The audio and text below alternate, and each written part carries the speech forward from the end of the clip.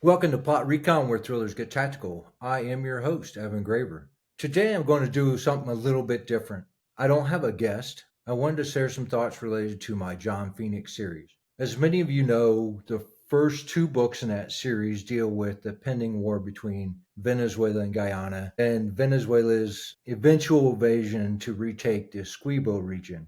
Now, that is a true conflict that's been brewing since the 1700s over a line on the map. Now, Guyana is pumping oil from massive offshore deposits in the Essequibo region, which Venezuela says belongs to them.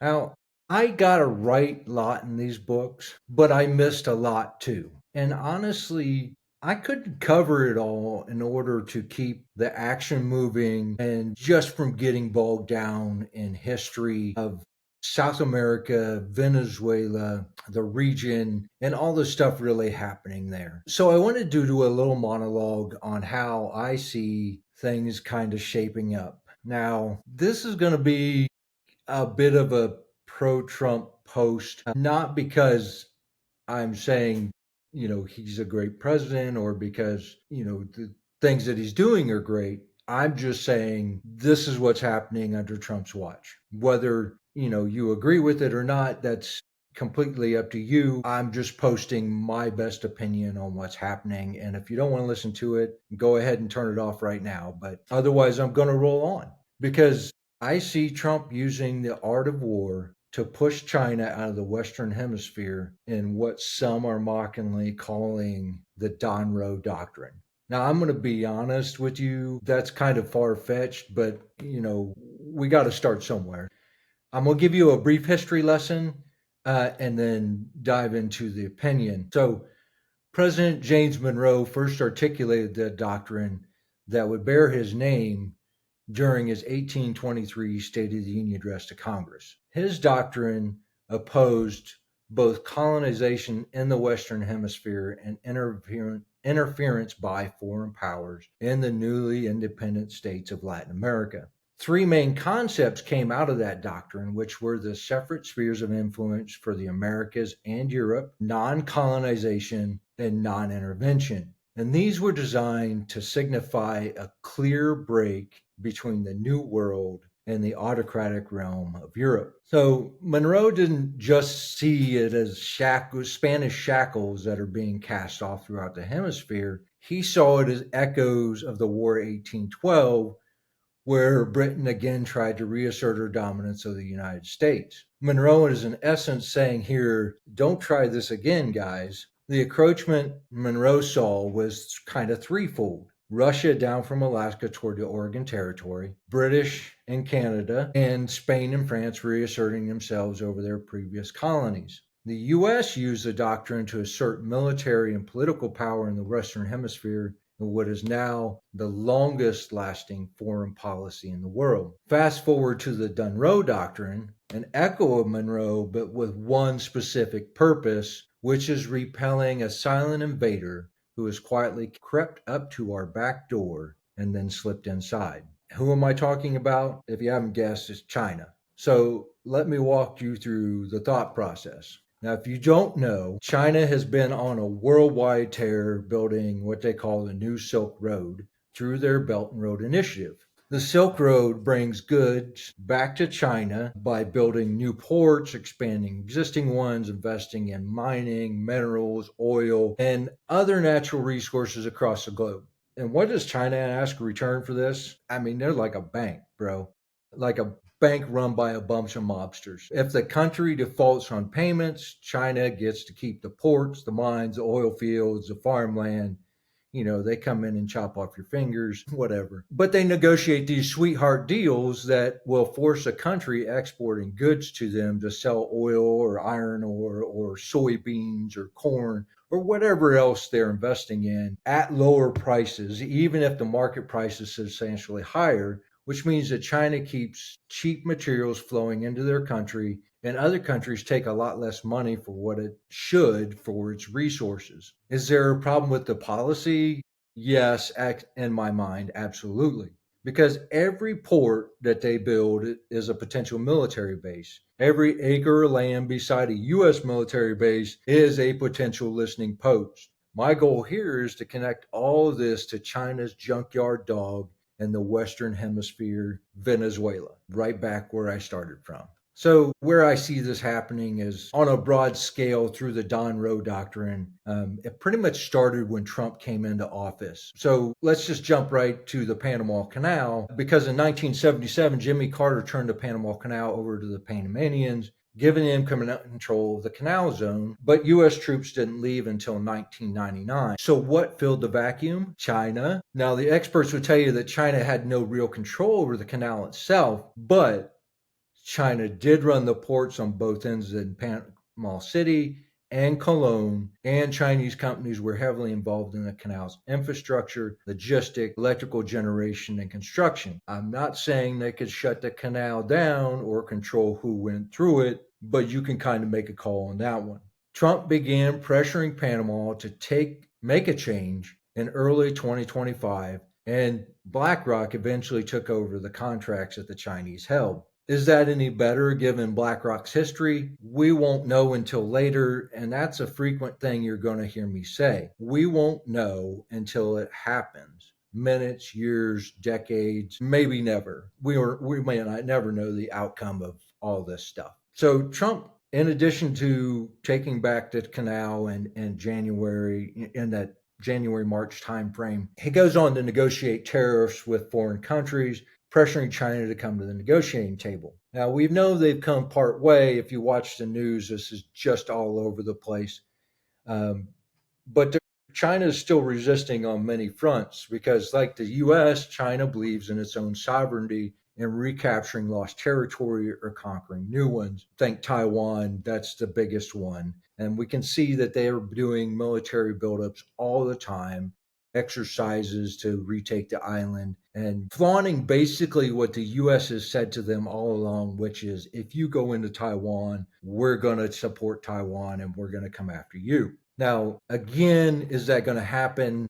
I don't know. But turning back to South America, now my next stopping point is Argentina, because President Trump endorsed Javier Milei in a re-election bid for Argentina's presidency, marking the first time that Trump endorsed a candidate in foreign elections. Now, some might say it's because Milei is cleaning up Argentina's disastrous financial situation and kind of righting the ship in that country, because Argentina once had an economy greater than most European nations and was the second largest economy in South America behind, you guessed it, Venezuela. But due to economic events and currency manipulation, the country has been mired in stagflation for over 50 years. Milei won his election bid in a landslide with a promised $2 billion trade deal at his back. But did you know that he's also been pressuring China about their relationship with his country? And this follows a road right straight into Patagonia region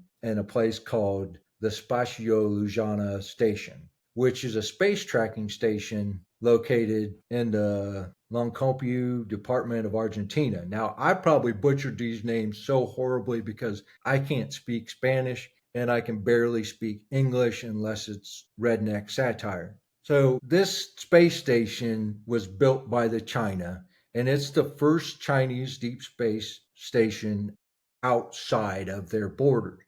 Now, the land was leased from Argentina in 2012 to the Chinese government for 50 years with heavy tax exemptions. The Chinese National Space Administration operates it as part of the Chinese Deep Space Network. It sits on a 494-acre plot and houses a 35-meter antenna about the size of half the average football field, not soccer, regular American football. China has invested $50 million in building this station and employs at least 30 Chinese nationals and 0 locals. It's surrounded by large fences and it's entirely controlled by the Chinese military with no Argentina oversight of the station's operations.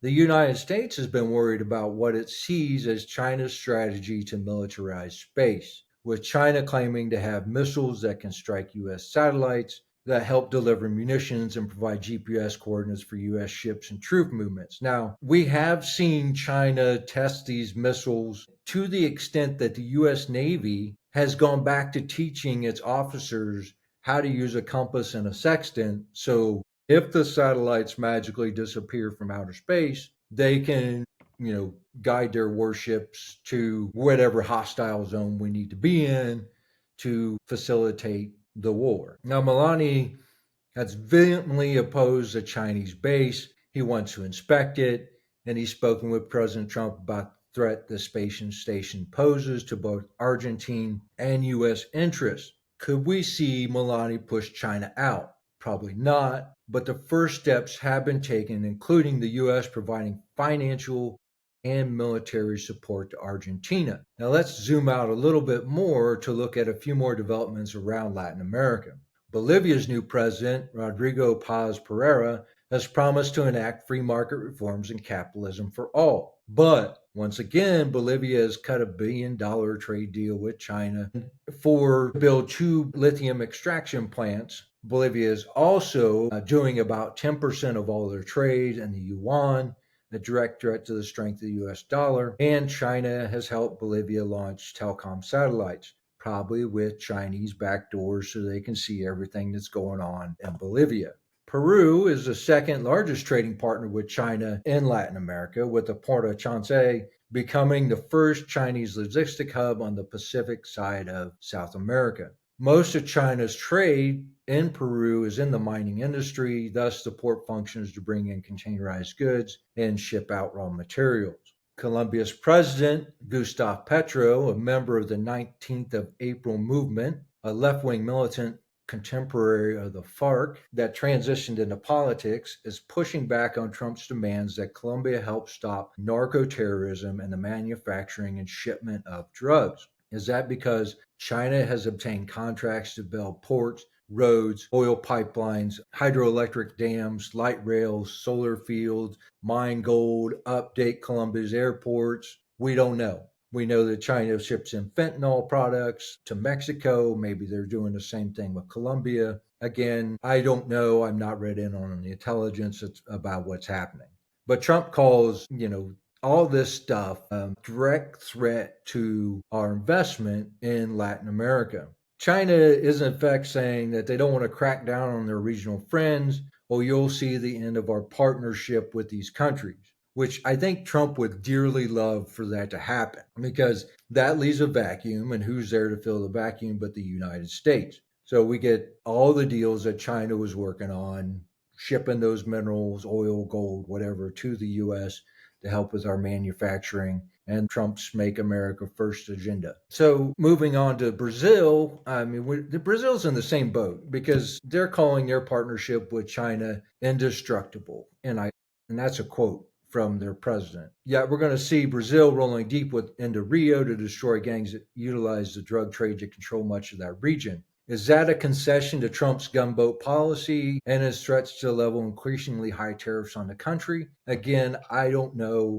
We'll have to see how it plays out. I can go on and on about Chinese investment in the Bahamas, Jamaica, and other Caribbean countries and in Central America. I don't think I want to bore you because I want to get to the real reason that I'm yakking your ear off today, and that's Venezuela, Chinese junkyard dog in South America. Now, the Belt and Road Initiative came about in the 1980s under a different Chinese president. And when Xi came into office, he basically updated the plan, calling it his China Dream, seeking to rejuvenate the nation and, quote, push forward the great cause of socialism with Chinese characteristics, end quote. Now, critics are worried that China will be able to seize control of these Belt and Road assets for military use or use them as leverage in future negotiations, which they already have. China has a history of demanding repayment of its investments, be it cash, mineral rights, land, or direct control of resources and capital, which reminds me of the old saying of cash, grass, or ass, nobody rides for free.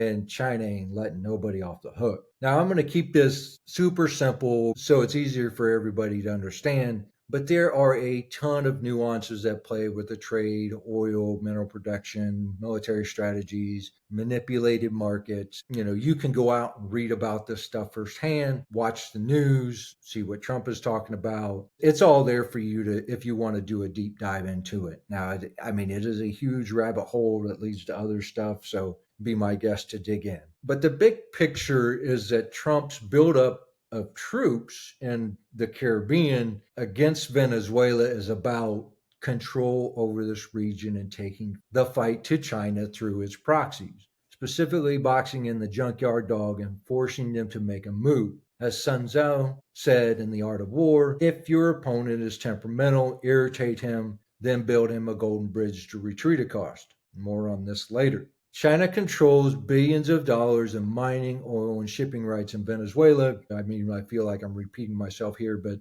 it's kind of the theme. They've also recently announced another $1 billion in funding for Venezuela, bringing Venezuelans' debt to China to well over $60 billion.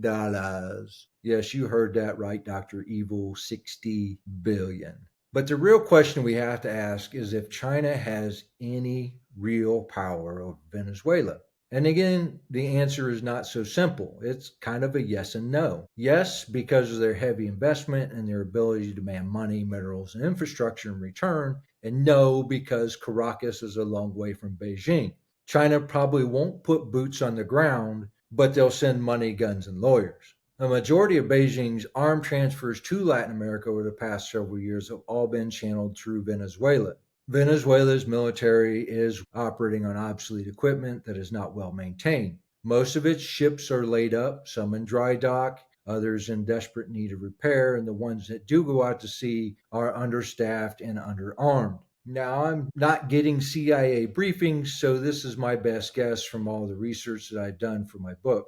Now, the one big investment we know that Maduro has made is he's bought 5,000 Russia Igla-S surface-to-air missiles, supersonic anti-ship missiles, and guns and anti-aircraft guns and weapons. And I think this is specifically to keep the U.S. out of the airspace. Let's say the U.S. decides that we're going to put troops on the ground. How are we going to get there? We're either going to land them via Marines, hovercrafts, landing ships, that kind of thing, which we completely have the capability of doing. But the other way we're going to do it is fly in troops on C-130s, bombers, jet aircraft. We're going to be dominating the skies, which is pretty much the U.S. military doctrine of dominating the skies and then sending in troops. Now, if Maduro's got all this anti-aircraft power, he probably sees it as a standoff mechanism to keep Venezuela free of this foreign invader. And as rightly so, because once you fly a transport in there, you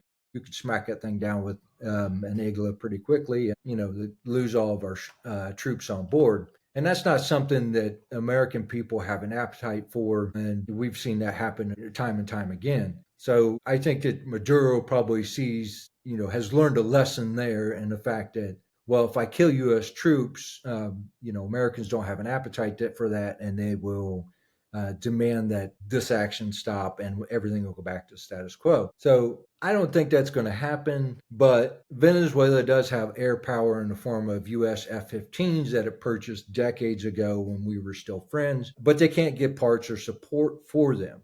The same goes for the Su-35s and 30s that they got from Russia. Although the Russian paramilitary force Wagner just landed a couple of planes in Caracas, and I'm guessing they're bringing parts, missiles, manpower, and bullets in there to fix those planes and get things up and running. And Russia and Cuba have been in Venezuela for decades, acting as an advisory force. Now, we could also tie Cuba in here because Cuba and Venezuela are tied at the hip militarily and ideologically.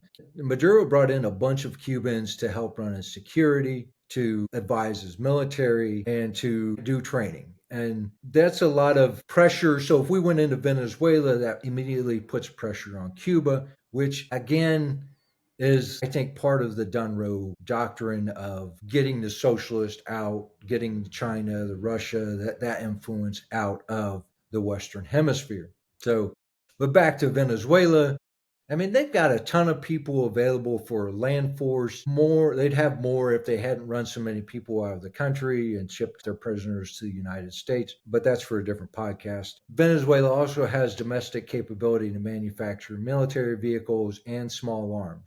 Can they compete with the U.S. overall militarily? No, it's not going to be a fight. It's going to be like the United States going into Iraq.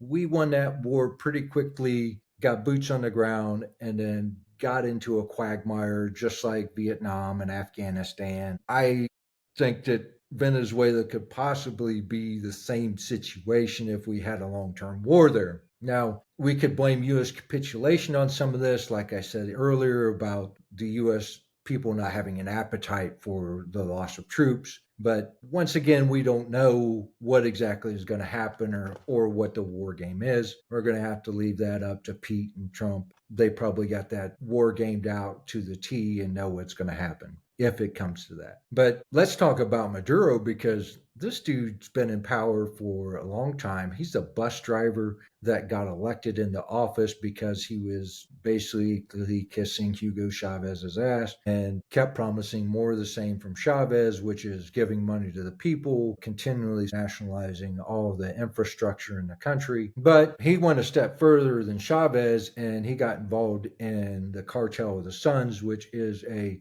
military cartel operating within the Venezuelan military that basically operates as a conduit of drugs from Colombia to Venezuelan ports, airstrips, and other areas where they traffic drugs from into Europe and the United States. And the Cartel of the Suns just basically says, hey, look, you got a safe corridor of passage to bring your drugs. Sometimes they use military equipment. Sometimes, they turn a blind eye to the drugs coming through the country, and they're getting paid a king's ransom to do so because the drug shippers are bribing the cartel to allow them to come through. And all that money funnels up to Maduro. So he has a $50 million bounty on his head. Trump just increased that not too long ago.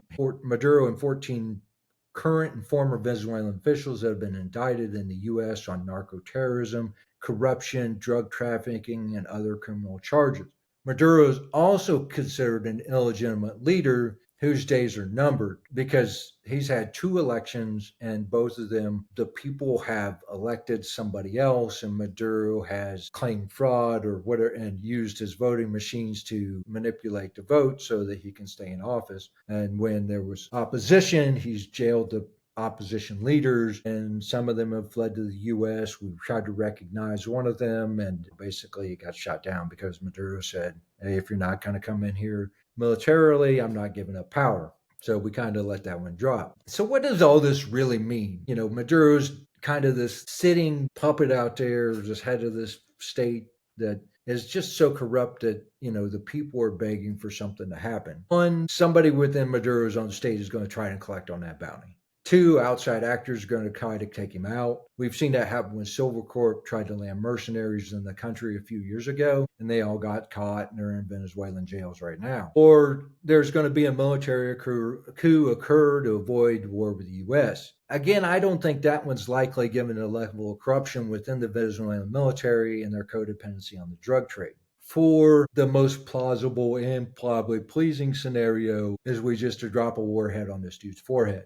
Maduro is just gone and we can move on. In one in Phoenix, I wrote that the team of Venezuelans shot down the president's plane as he tried to flee from to Cuba using an Igla-S surface-to-air missile. And this is where I want to jump back to that Sun Tzu quote about building the Golden Bridge. So, like I just said in the book, the Venezuelan president flees to Cuba. Now, we could see this happen legitimately. Trump could offer Maduro a golden bridge to flee somewhere, go into seclusion in some other country, be it a non-extradition, be it Cuba, be it South Beach, wherever the man wants to go. Trump could say, move on, buddy. It's time to let go. We're showing you the hammer and you know it's about to come down. So if you want to get out now and let things play out, then please by all means do. So that is the Golden Bridge. What I see in the murky haze is that the U.S. military buildup and all the stuff Trump is doing in this region is all to put pressure on Maduro to see how he reacts. If he flees the country, it'll provide an opportunity for special forces or some other intelligence service or private military contractors to kidnap, arrest, or otherwise bring Maduro to the U.S. for legal accountability. And that means that he's just going to sit in a minimum security facility with taxpayers footing the bill, just like we did with Noriega and El Chapo. So the U.S. has troops in Guatemala, El Salvador, Honduras. We're coming back into Panama for jungle training. We're working with the Guyanese military through training and material support. We're pressuring Colombia to be part of the solution, and we're reopened the military base in Puerto Rico and stationed.